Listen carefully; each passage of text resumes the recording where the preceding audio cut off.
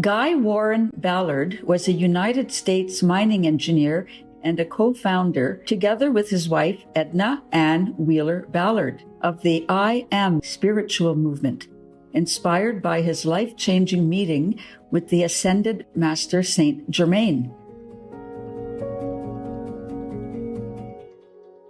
One morning in 1930, Mr. Ballard, led subconsciously by his inner spiritual longing, went on a hike on beautiful Mount Shasta, a place located in the western U.S., where legend has it that a group of divine adepts reside or could be seen.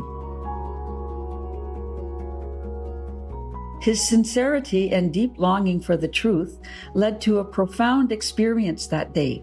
He was blessed by the appearance of the beloved Master Saint Germain. Following this enlightening encounter, Mr. Ballard devoted his life to spreading the Master's wisdom according to his capacity. From Master Saint Germain's dictation and teachings, Mr. Ballard wrote a series of books under the pseudonym Godfré Ray King. Master Saint Germain's imparted spiritual knowledge was the basis for many lectures given by Mr. Ballard, as well as for the founding of the I Am religious activity in the early 1930s. By 1938, it had up to 1 million followers.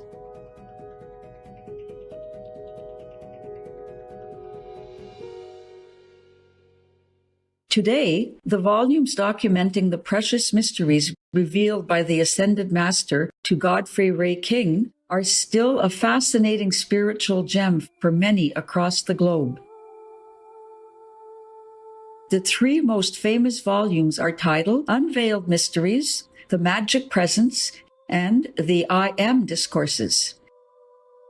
Ascended Master Saint Germain is deeply venerated among the Theosophical Society, as he represents the establishment of the Aquarian Age, an era that we are privileged to be witnessing.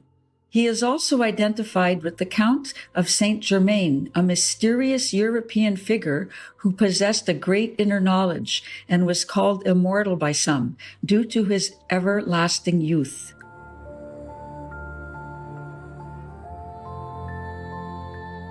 We will now read a passage from Guy Warren Ballard's, or Godfré Ray King's book, Unveiled Mysteries. The book begins with Mr. Ballard's business trip to a small town at the foot of the magnificent Mount Shasta, where little did he know, he would meet the Ascended Master Saint Germain, who revealed divine secrets about humanity.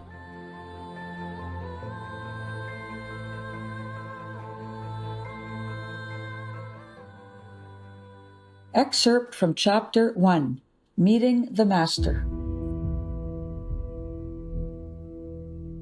As the day advanced, it grew very warm, and I stopped frequently to rest and enjoy to the full the remarkable stretch of country around the McLeod River, valley, and town. It came time for lunch, and I sought a mountain spring for clear, cold water. Cup in hand, I bent down to fill it as an electrical current passed through my body from head to foot. I looked around, and directly behind me stood a young man who, at first glance, seemed to be someone on a hike like myself. I looked more closely and realized immediately that he was no ordinary person. As this thought passed through my mind, he smiled and addressed me, saying, "My brother, if you will hand me your cup, I will give you a much more refreshing drink than spring water." I obeyed, and instantly the cup was filled with a creamy liquid. Handing it back to me, he said, "Drink it." I did so, and must have looked my astonishment, for, while the taste was delicious, the electrical vivifying effect in my mind and body made me gasp with surprise. I did not see him put anything into the cup, and I wondered what was happening. "That which you drank," he explained, "comes directly from the universal supply, pure and vivifying as life itself. In fact, it is life, omnipresent life, for it exists everywhere about us.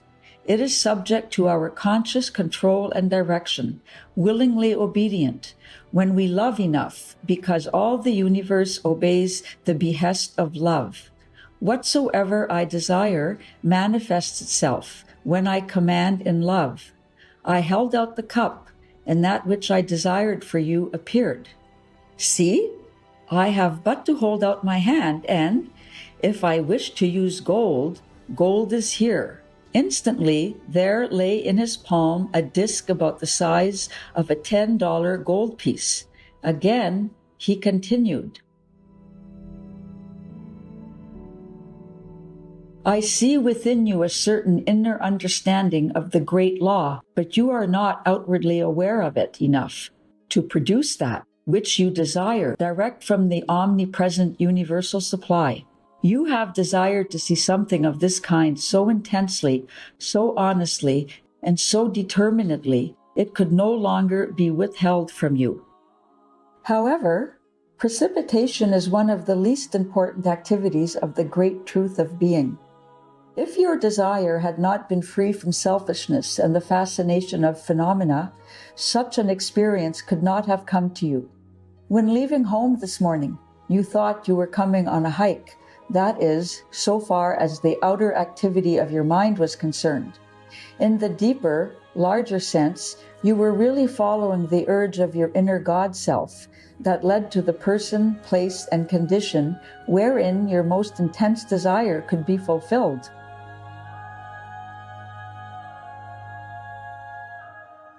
The truth of life is you cannot desire that which is not possible of manifestation somewhere in the universe. The more intense the feeling within the desire, the more quickly it will be attained. However, if one is foolish enough to desire something that will injure another of God's children or any other part of his creation, then that person will pay the penalty in discord and failure somewhere in his own life's experience.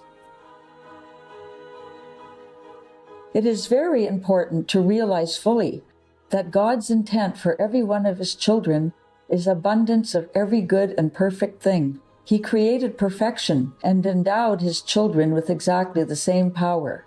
They can create and maintain perfection also, and express God, dominion over the earth and all that is therein.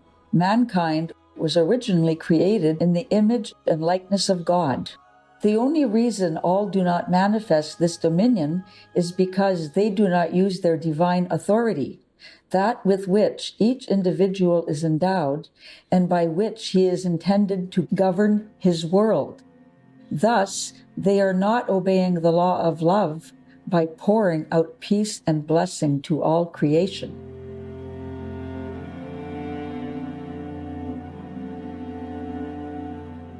This comes about through their failure to accept and acknowledge themselves, temples of the Most High Living God, and to hold this acknowledgement with eternal recognition. Humanity, in its present seeming limitation of time, space, and activity, is in the same condition a person in need would be to whom someone held out a handful of money. If the needing one did not step forward and accept the money held out to him, how in the world could he ever have the benefit which it would bring? The mass of mankind is in exactly this state of consciousness today, and will continue in it until they accept the God within their hearts as the owner, giver, and doer of all the good that has ever come into their lives and world.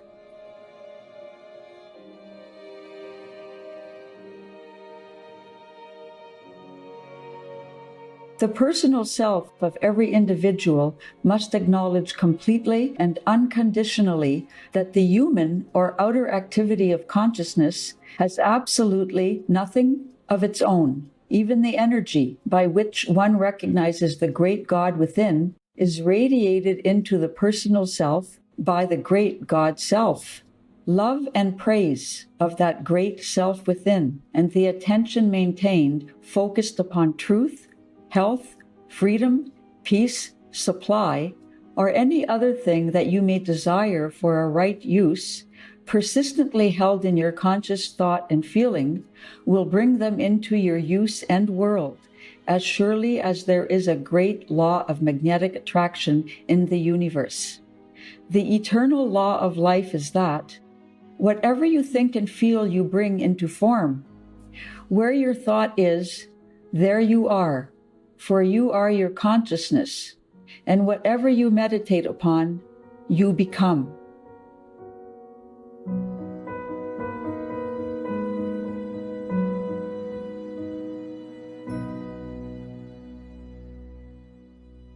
For more information on the Ascended Master Saint Germain, the I Am Teachings, and Godfrey Ray King's books, please visit stgermainfoundation.org. Considerate viewers, we appreciate your kind presence for today's words of wisdom.